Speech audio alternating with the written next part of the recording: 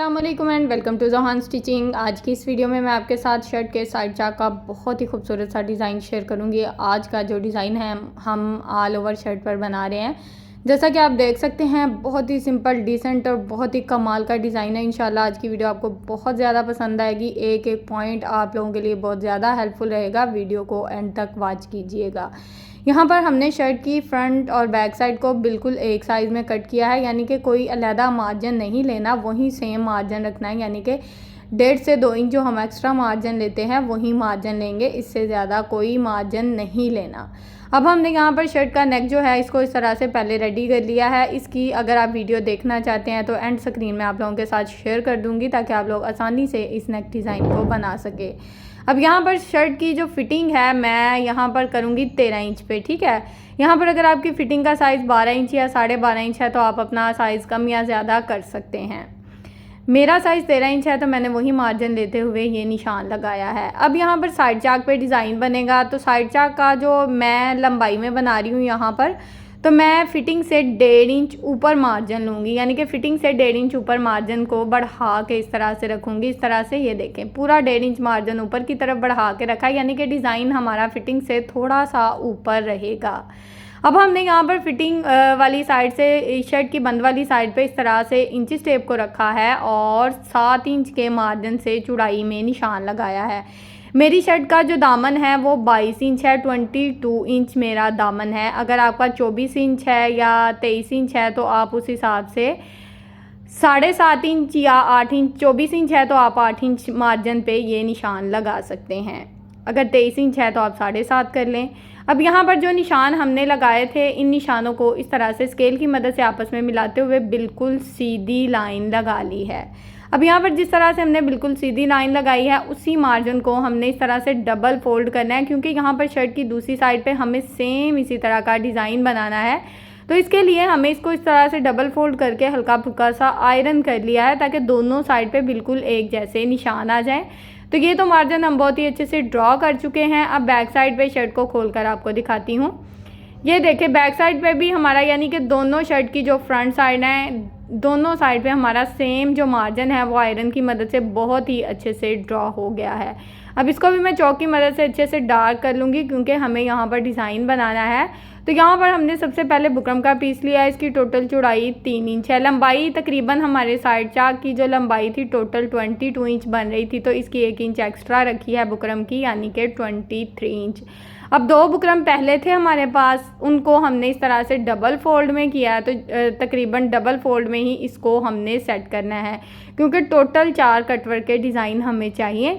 तो अब यहाँ पर 1-1 इंच के मार्जिन से इस तरह से चौड़ाई में निशान लगा लेंगे। 1-1 इंच के मार्जिन से हमने बिल्कुल एक जैसे निशान लगाने हैं ताकि हमारा जो डिज़ाइन है वो बिल्कुल एक जैसा बनकर रेडी हो। तो 1-1 इंच के मार्जिन से जो निशान लगाए हैं इन निशानों को हमने इस तरह से स्केल की मदद से आपस में मिला लेना है। अच्छा, आज की वीडियो में आपको बताती चलूँ कि काफ़ी अच्छी सी डिटेल में मैंने बनाई है, एक एक पॉइंट को अच्छे से समझाया है। इस वीडियो को देखकर आप बहुत ही खूबसूरत सा डिज़ाइन बना पाएंगे, तो वीडियो को एंड तक वॉच कीजिएगा। अब यहाँ पर मैंने चूड़ी ली है, इसकी चौड़ाई मैंने राउंड में आपको दिखा दी है कि 2 इंच है। 2 इंच के मार्जिन से हाफ राउंड शेप इस तरह से कटवर्क मैं ड्रॉ करूँगी। बिल्कुल बुकरम की बंद वाली साइड है, आप देख सकते हैं ओपन वाली साइड मेरी तरफ है। बिल्कुल साथ साथ रखते हुए टोटली जो कटवर्क है पूरी पट्टी के ऊपर एक जैसा हमने ड्रॉ कर लेना है। तो यहाँ पर आज मैं पट्टी को खोल कर रख रही हूँ और इसी तरह से टोटली कटवर्क जो है इसके ऊपर बहुत ही अच्छे से हमारा ड्रॉ हो चुका है। अब जिस तरह से हमने कटवर्क को ड्रॉ किया सिंपल इसके मुताबिक इसकी कटिंग कर लेनी है। यहाँ पर हमने किसी किस्म का कोई एक्स्ट्रा मार्जिन नहीं लेना। तो यहाँ पर बुकरम को अच्छे से पकड़ लें, अगर चाहे तो पिनअप कर लें और इस तरह से बिल्कुल जिस तरह से अपने डिज़ाइन को ड्रॉ किया सिंपल इसके मुताबिक अपना जो कटवर्क है उसकी कटिंग अच्छे से कर लेनी है। तो यहाँ पर मेरा टोटली कटवर्क जो है वो बहुत ही अच्छे से कट हो चुका है। खोल कर मैं आपको दिखाती हूँ। ये देखें ज़रा, टोटली 4 डिज़ाइन हमने एक ही बार ड्रॉ करके बहुत ही अच्छे से कट कर लिए। वैसे तो आजकल ये बाज़ार में बहुत ही आसानी से कटवर्क वाले डिज़ाइन बने बनाए मिल जाते हैं, इन पर मेहनत की भी ज़रूरत नहीं रहती, काम और आसान कर दिया है हमारा। तो अगर मेरी बहनों को कटवर्क बनाना नहीं आता तो आप बाज़ार से रेडीमेड पट्टियाँ ला कर इस तरह से लगा सकते हैं।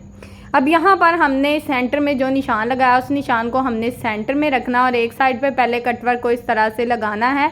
बिल्कुल थोड़ा सा हमने दबाव रखा है। अब दूसरी साइड पे भी हम इसी तरह से अपने कटवर्क को लगा लेंगे।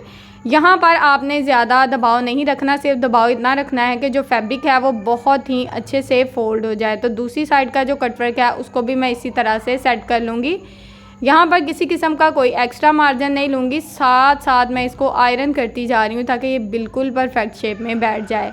एक साइड की जो 2 पट्टियाँ हैं उनको हमने लगा लिया है, नीचे से एक्स्ट्रा मार्जिन जो है उसको कट कर दिया है। अब यहाँ पर हमने बिल्कुल थोड़ा सा मार्जिन छोड़ना है और इस तरह से अपना जो फैब्रिक है उसको कट कर देना है। यहाँ पर जब फैब्रिक कट करेंगे तो इस तरह से ज़्यादा मार्जिन नहीं लेना, बिल्कुल सेंटर में जो निशान है ना वहाँ से आपने अपने राउंड में इस तरह से फैब्रिक को घुमा देना है। तो इसी तरह से टोटली जो कटवर्क है बहुत ही अच्छे से कट हो जाएगा।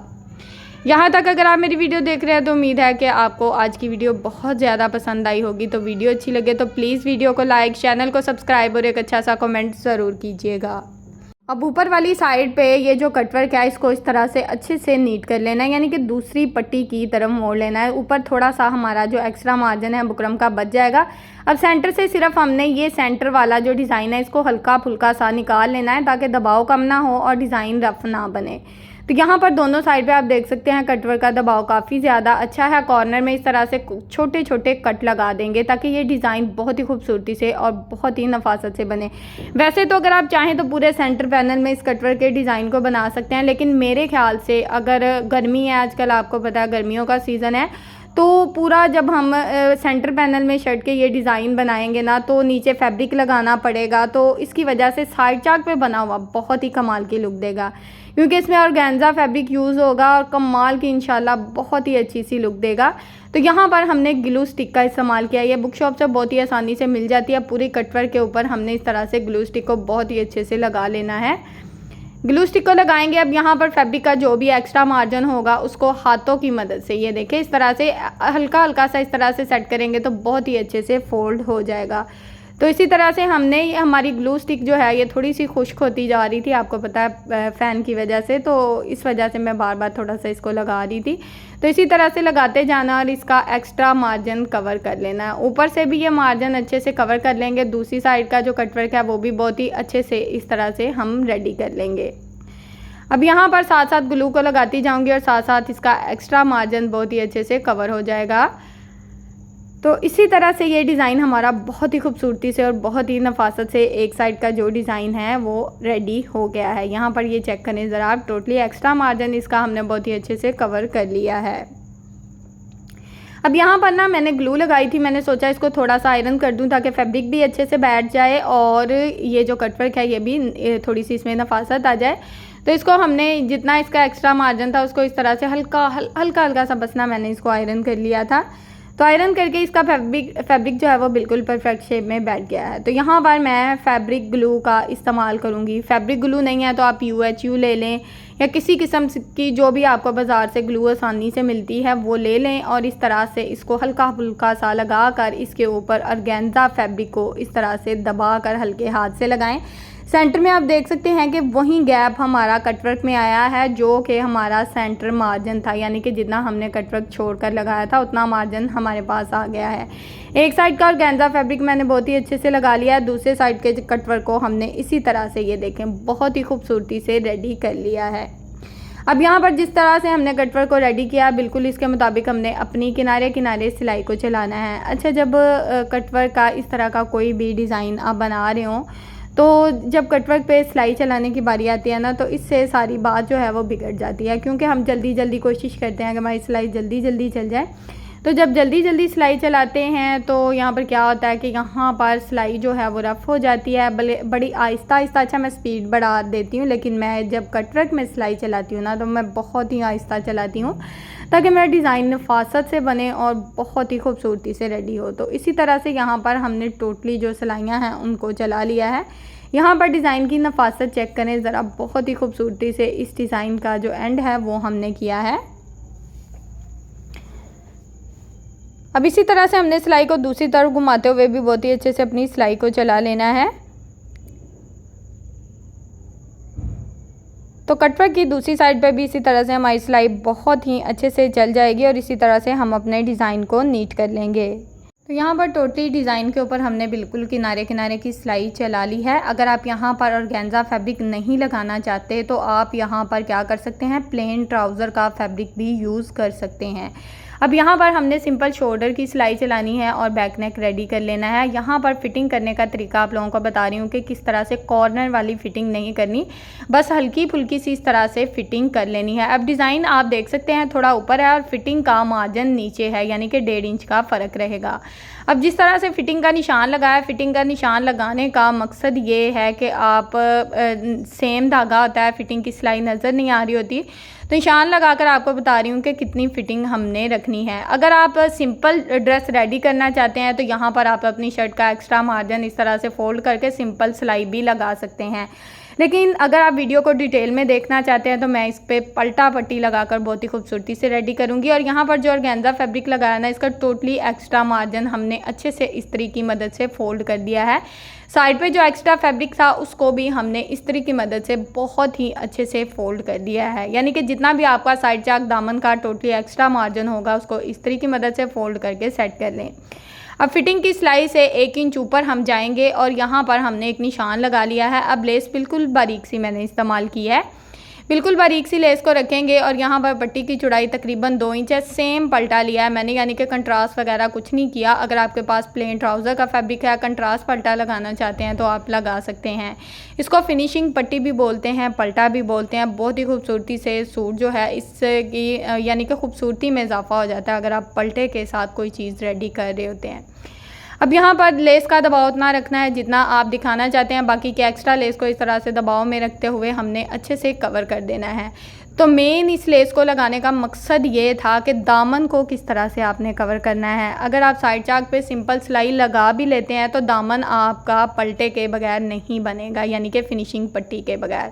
इस पट्टी को इस तरह से हमने रफ साइड की तरफ मोड़ लिया है। पट्टी को दोनों साइड से इस्त्री किया था तो पट्टी का किसी किस्म का एक्स्ट्रा जो कॉर्नर है वो नहीं निकलेंगे, कहीं से आपको पट्टी कट करनी नहीं पड़ेगी। बैक साइड से इसकी नफासत ज़रा आप चेक करें।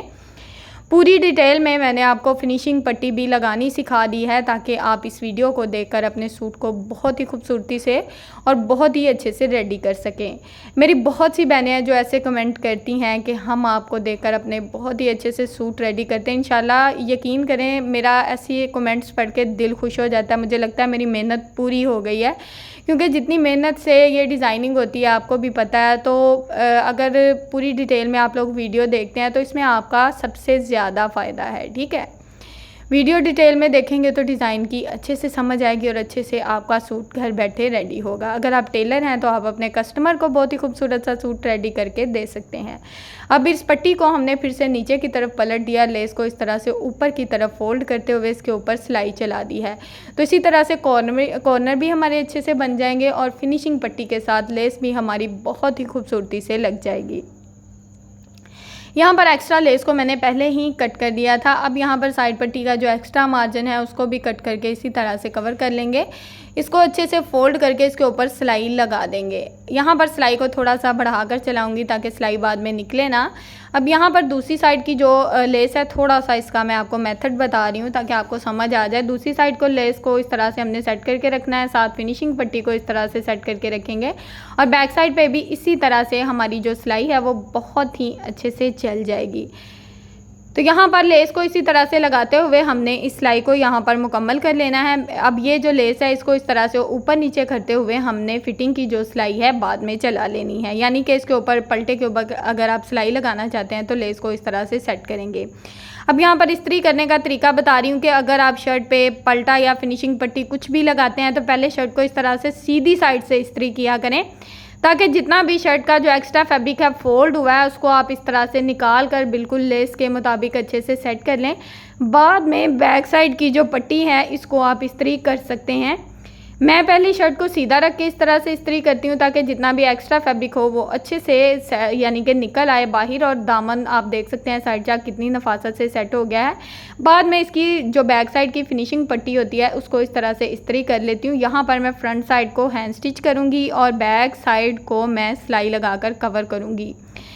तो इसी तरह से यहाँ पर हमारे सूट का डिज़ाइन रेडी हो चुका है। फ्रंट साइड का साइड चाक आप चेक कर सकते हैं, बहुत ही खूबसूरती से बिल्कुल नया यूनिक डिज़ाइन यहाँ पर रेडी हुआ है। और गेंजा फैब्रिक को मैंने टोटली हैंड स्टिच कर दिया है ताकि किसी किस्म का कोई फैब्रिक बाद में निकले ना। डिज़ाइन की नफासत और ख़ूबसूरती आपके सामने बहुत ही खूबसूरत और कमाल की लुक दे रहा है। साइड चाक पे बना हुआ तो और भी खूबसूरत लग रहा है। तो इस तरह से अगर आप डिज़ाइन को बनाना चाहते हैं तो उम्मीद है कि आज की वीडियो आप लोगों के लिए बहुत ज़्यादा हेल्पफुल रही होगी। साइड चाक की फाइनल लुक आपके सामने है। ट्राउज़र आप देख सकते हैं, इसके साथ ना मैंने प्लाजो बनाया था, मीडियम साइज़ की शर्ट थी और साथ प्लाजो था। साइड चाक की लंबाई में इसका जो डिज़ाइन है वो और भी कमाल का लगेगा। वीडियो अच्छी लगी हो तो प्लीज़ वीडियो को लाइक, चैनल को सब्सक्राइब और एक अच्छा सा कमेंट ज़रूर कीजिएगा। ओके जी, अल्लाह हाफिज़, फ़ी अमानिल्लाहि, अस्सलाम वालेकुम।